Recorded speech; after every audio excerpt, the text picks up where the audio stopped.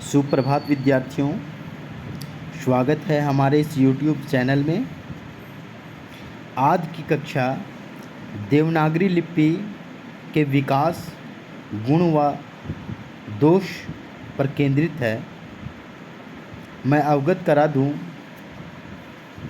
कि यह विशेष कक्षा हिंदी प्रतिष्ठा षष्ठ समसत्र के DSC 4 के ग्रुप ए में निर्धारित पाठ्यक्रम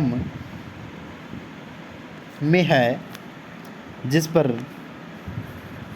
आज की इस कक्षा में चर्चा की जाएगी। तो सबसे पहले हम लोग यहाँ देवनागरी लिपि के विकास पर ध्यान केंद्रित करेंगे और इस विकास के क्रम में सबसे पहले हम लिपि की परिभाषा को जानेंगे। तो आप लोग ध्यान से सुनिएगा।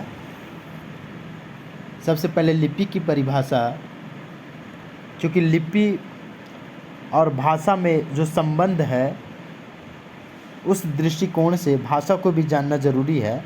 तो संक्षेप में कहें तो उच्चारित ध्वनि संकेतों की सहायता से भाव या विचार की अभिव्यक्ति भाषा कहलाती है, जबकि लिखित वर्ण संकेतों की सहायता से भाव या विचार की अभिव्यक्ति लिपि कहलाती है।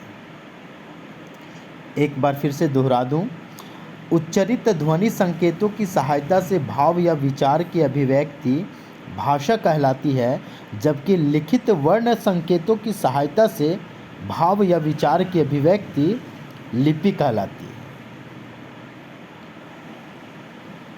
इस प्रकार से देखें तो भाषा श्रव्य होती है, जबकि लिपि दृश्य होती है। विकास के दृष्टिकोण से देखें तो भारत की सभी लिपियां ब्राह्मी लिपि से ही विकसित हुई है। ब्राह्मी लिपि का प्रयोग वैदिक आर्यों ने शुरू किया और इस ब्राह्मी लिपि का प्राचीनतम नमूना 5वीं सदी BC का है, जो कि बौद्ध कालीन है।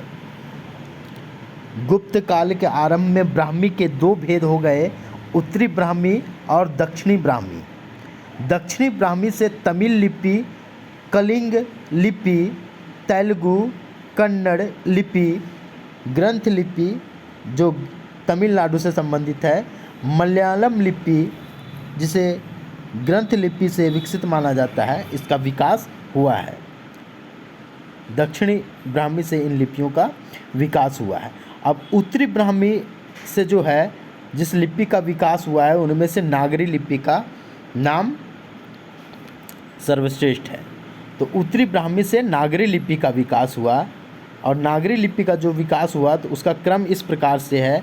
पहले उत्तरी ब्राह्मी लिपि आई, जिसका विकास जो है 350 ईस्वी तक जिस समय सीमा माना जाता है, और उसके बाद उत्तरी ब्राह्मी के बाद गुप्त लिपि का विकास हुआ, जिसकी समय सीमा 4वीं से 5वीं सदी माना जाता है। इसी गुप्त लिपि से सिद्ध मातृका लिपि का विकास हुआ, और इस सिद्ध मातृका लिपि से कुटिल लिपि का विकास हुआ। सिद्ध मातृका लिपि का जो समय सीमा है 6वीं सदी माना जाता है, और कुटिल लिपि की समय सीमा 8वीं से 9वीं सदी तक मानी जाती है। इसी कुटिल लिपि से नागरी और शारदा लिपि का विकास हुआ, और शारदा लिपि से 4 प्रमुख लिपियों का विकास हुआ: गुरुमुखी लिपि, कश्मीरी लिपि, लहंदा और टाकरी लिपि। अब यहाँ हम लोग देखेंगे कि नागरी लिपि का प्रयोग किस प्रकार से आरंभ हुआ और कब से आरंभ हुआ। चूँकि नागरी लिपि का इसी विकास जो है वह कुटिल लिपि से माना जाता है। जैसे कि मैंने बताया, कुटिल लिपि से 2 लिपियों का विकास हुआ, नागरी लिपि और शारदा लिपि। अब शारदा लिपि का प्रयोग काल 8वीं से 9वीं सदी ईस्वी से आरंभ हुआ। 10वीं से 12वीं सदी के बीच इसी प्राचीन नागरी से उत्तरी भारत की अधिकांश आधुनिक लिपियों का विकास हुआ। इसकी 2 शाखाएं मिलती है, पश्चिमी व पूर्वी। पश्चिमी शाखा की सर्वप्रमुख या फिर कहें प्रतिनिधि लिपि तो वह देवनागरी लिपि है। तो यहाँ तक आप लोग को, जहाँ तक मैंने बताया, आप लोग को समझ में आ गया होगा कि देवनागरी लिपि का विकास क्रमशः किस प्रकार से हुआ। जैसा कि मैंने बताया कि भारत की अधिकांश लिपियों का विकास जो है वह ब्राह्मी लिपि से हुआ है। कहीं ना कहीं ब्राह्मी से जो दो भेद बताया गया, मैंने बताया, उत्तरी ब्राह्मी और दक्षिणी ब्राह्मी, तो उत्तरी ब्राह्मी से ही नागरी लिपि का विकास हुआ। इस नागरी को दो भेद किए गए हैं, पश्चिमी शाखा और पूर्वी शाखा, और पश्चिमी शाखा में ही देवनागरी लिपि का विकास हुआ। नागरी के, जैसे कि नागरी का ही विकसित रूप देवनागरी है, तो नागरी के दो शाखा हुए, पश्चिमी शाखा और पूर्वी शाखा। पश्चिमी शाखा में देवनागरी, राजस्थानी, गुजराती, महाजनी और कैंती ये लिपियाँ मानी जाती है, और पूर्वी शाखा में बांग्ला लिपि, असमी और उड़िया लिपि मानी जाती है। तो नागरी का जो विकास हुआ पश्चिमी शाखा से हुआ। नागरी का जो दो भेद है, जो दो शाखा है, पश्चिमी शाखा और पूर्वी शाखा, तो इसी पश्चिमी शाखा से देवनागरी लिपि का विकास हुआ। वैसे भी देवनागरी लिपि के विकास में बहुत सारे आंदोलन भी हुए हैं, बहुत सारे विद्वानों के नाम हम जानेंगे। वैसे अगली कक्षा में इस पर हम विस्तार से चर्चा करेंगे, चूँकि देवनागरी लिपि को हिंदी भाषा की अधिकृत लिपि बनने में बड़ी कठिनाइयों का सामना करना पड़ा। अंग्रेज़ों की भाषा नीति जो थी, यानी फारसी की ओर अधिक झुकाव थी अंग्रेज़ों की, और इसी कारण से हिंदी को भी फारसी लिपि में लिखने का षड्यंत्र उन लोगों के द्वारा किया गया। इसमें जॉन गिलक्राइस्ट, विलियम प्राइस, अदालत संबंधी विज्ञप्ति, राज शिव प्रसाद सितारे हिंद का लिपि संबंधी प्रतिवेदन, बंगाल के गवर्नर एसले के आदेश, जॉन सॉर इत्यादि के द्वारा लिपि से संबंधित अनेक विचार और आंदोलन किए गए, जिसके कारण लिपि को, यानी कि देवनागरी लिपि को हिंदी भाषा की अधिकृत लिपि बनने में काफ़ी कठिनाइयों का सामना करना पड़ा। तो चूँकि आज का टॉपिक देवनागरी लिपि के विकास और गुण और दोष पर आधारित है, तो हम इन्हीं प्रमुख बिंदुओं पर ध्यान केंद्रित करेंगे। तो आगे हम संक्षेप में जानेंगे देवनागरी लिपि का नामकरण। चूँकि यहाँ मैंने विकास से पर जो देवनागरी लिपि के विकास पर जो मैंने चर्चा की, तो नाम इससे तो स्पष्ट हो गया कि देवनागरी लिपि को लोकनागरी एवं हिंदी लिपि भी कहा जाता है। नामकरण के दृष्टिकोण से देखें तो देवनागरी लिपि को लोकनागरी एवं हिंदी लिपि भी कहा जाता है। देवनागरी का नामकरण विवादास्पद है। ज़्यादातर विद्वान गुजरात के नागर ब्राह्मणों से इसका संबंध जोड़ते हैं। उनका मानना है कि गुजरात में सर्वप्रथम प्रचलित होने से वहाँ के पंडित वर्ग अर्थात नागर ब्राह्मणों के नाम से इसे नागरी कहा गया। अपने अस्तित्व में आने के तुरंत बाद इसने देव भाषा संस्कृत को लिपिबद्ध किया, इसीलिए नागरी में देव शब्द जुड़ गया और बन गया देवनागरी। तो ये देवनागरी के नामकरण का इतिहास है, जिसे हम लोगों ने संक्षेप में जाना। आगे हम देवनागरी लिपि का स्वरूप पर भी संक्षेप में चर्चा करेंगे, क्योंकि देवनागरी लिपि का स्वरूप जो है वह कहीं ना कहीं हम उस स्वरूप का प्रयोग करते आ रहे हैं। तो इसका जो मुख्य स्वरूप रहा है वह है, यह लिपि जो है बाईं ओर से दाईं ओर लिखी जाती है। जैसे कि हम लोग जान रहे हैं कि यह देवनागरी लिपि जो है बाईं ओर से दाईं ओर लिखी जाती है। वही अगर देखें फारसी लिपि, तो फारसी लिपि दाहिनी ओर से बाईं ओर लिखी जाती है। तो कहीं ना कहीं देवनागरी लिपि का स्वरूप जो है यह बाईं से दाईं ओर लिखी जाती है। और देखें तो यह ना तो शुद्ध रूप से अक्षरात्मक लिपि है और ना ही वर्णनात्मक लिपि है। तो इसका ये स्वरूप है। आगे हम मुख्य बिंदु पर चलेंगे, क्योंकि आज का जो मैंने टॉपिक निर्धारित किया है इसका गुण और दोष भी पढ़ना है। तो देवनागरी लिपि के गुण को हम लोग जानेंगे। अब गुण जो है अन्य लिपियों के अपेक्षा, जैसा कि अन्य भाषाओं की लिपियां, अलग अलग लिपियां, जैसे कि अंग्रेजी की लिपि जो है रोमन लिपि है, उर्दू की फारसी लिपि है और अन्य अन्य भाषाओं की अन्य अन्य लिपियाँ हैं, तो उनकी तुलना में जो है हमारी देवनागरी लिपि के कौन कौन से गुण हैं उस पर हम संक्षेप में चर्चा करेंगे। कुछ कुछ प्रमुख बिंदु जो देवनागरी लिपि के गुण को प्रदर्शित करता है। तो सबसे पहले इसका जो गुण है वह है कि एक ध्वनि के लिए एक ही वर्ण संकेत किया जाता है। देवनागरी लिपि में ये विशेष गुण है कि एक ध्वनि के लिए एक ही वर्ण संकेत है।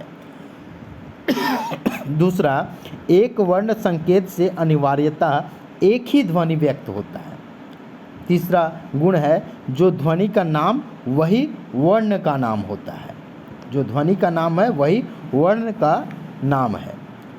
चौथा, मुख वर्ण इसमें नहीं है होता है, मुख वर्ण इसमें नहीं होता है। अगला है जो बोला जाता है वही लिखा जाता है, जो बोला जाता है वही लिखा जाता है।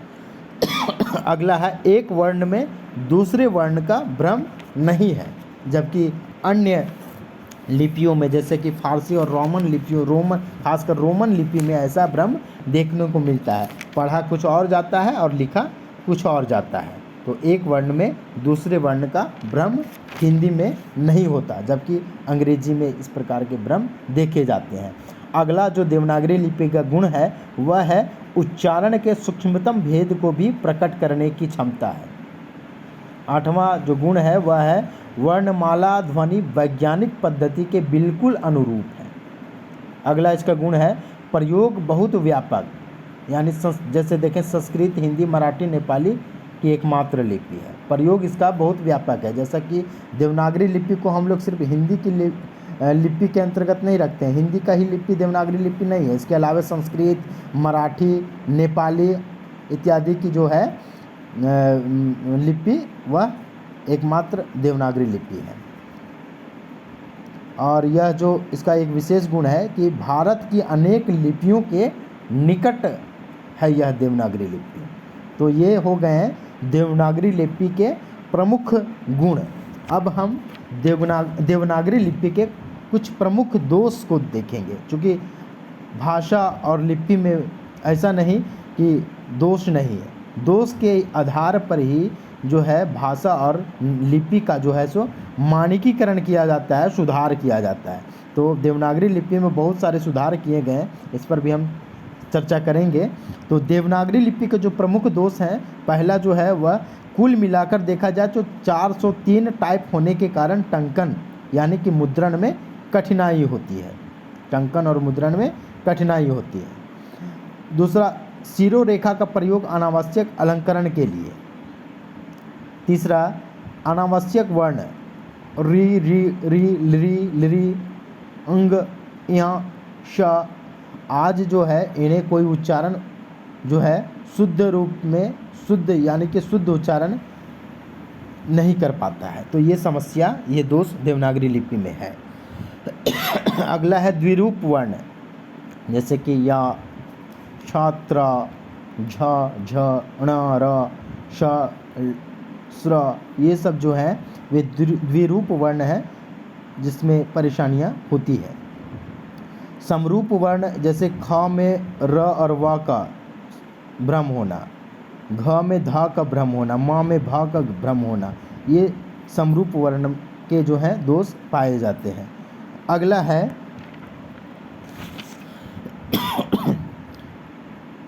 वर्णों के संयुक्त करने की कोई निश्चित व्यवस्था नहीं है। अगला है अनुस्वार एवं अनुनासिकता के प्रयोग में एकरूपता का अभाव है। आठवां दोष है त्वरापूर्ण लेखन नहीं, क्योंकि लेखन में हाथ बार बार उठाना पड़ता है। हिंदी लेखन में जो है त्वरापूर्ण लेखन नहीं है, क्योंकि लिखने के समय हाथ बार बार उठाना पड़ता है। ये समस्या ये जो है देवनागरी लिपि का दोष माना जाता है। अगला दोष है वर्णों के संयुक्तिकरण में रा के प्रयोग को लेकर भ्रम की स्थिति। ई मात्रा जो है, ई मात्रा के लेखन में भी वर्ण के पहले पर उच्चारण अर्थ के बाद होता है। ह्रस्व ई के उच्चारण में और लेखन में यह अंतर देखा जाता है। तो ये हो गए देवनागरी लिपि के दोष। इन दोषों के आधार पर ही देवनागरी लिपि में कई सुधार भी किए गए हैं, जैसा कि बाल गंगाधर का तिलक फॉन्ट 1904 से 26 में जो सुधार किया गया है, सावरकर बंधुओं का आ की 12 खड़ी का सुधार किया गया है, श्याम सुंदर दास का पंचमाक्षर के बदले अनुस्वार के प्रयोग का सुझाव दिया गया, गोरख प्रसाद का मात्राओं को व्यंजन के बाद दाहिने तरफ अलग रखने का सुझाव दिया गया, श्रीनिवास का महाप्राण वर्ण के लिए अल्प प्राण के नीचे यस का चिन्ह लगाने का सुझाव दिया गया, हिंदी साहित्य सम्मेलन का इंदौर अधिवेशन और काका कालेलकर के संयोजकत्व में नागरी लिपि सुधार समिति का गठन 1935 और उसकी सिफारिशें की गई, काशी नागरी प्रचारणी सभा द्वारा आ की 12 खड़ी और श्रीनिवास के सुझाव को अस्वीकार करने का निर्णय लिया गया, उत्तर प्रदेश सरकार द्वारा गठित आचार्य नरेंद्र देव समिति का गठन 1947 में और उसकी सिफारिशें भी की गई, शिक्षा मंत्रालय के देवनागरी लिपि संबंधी प्रकाशन मानक देवनागरी वर्णमाला 1966 ईस्वी, हिंदी वर्तनी का मानकीकरण 1967 ईस्वी, देवनागरी लिपि तथा हिंदी वर्तनी का मानकीकरण 1983 ईस्वी आदि सुधार किए गए हैं। इसके साथ ही वर्तमान में भी कई समय समय पर देवनागरी लिपि और हिंदी भाषा को मानकीकरण के आधार पर सुधार किए जा रहे हैं। तो आज की यह कक्षा यहीं तक, आगे हम फिर मिलेंगे अगली वीडियो के साथ कुछ नए विषय को लेकर। तब तक के लिए सभी को धन्यवाद।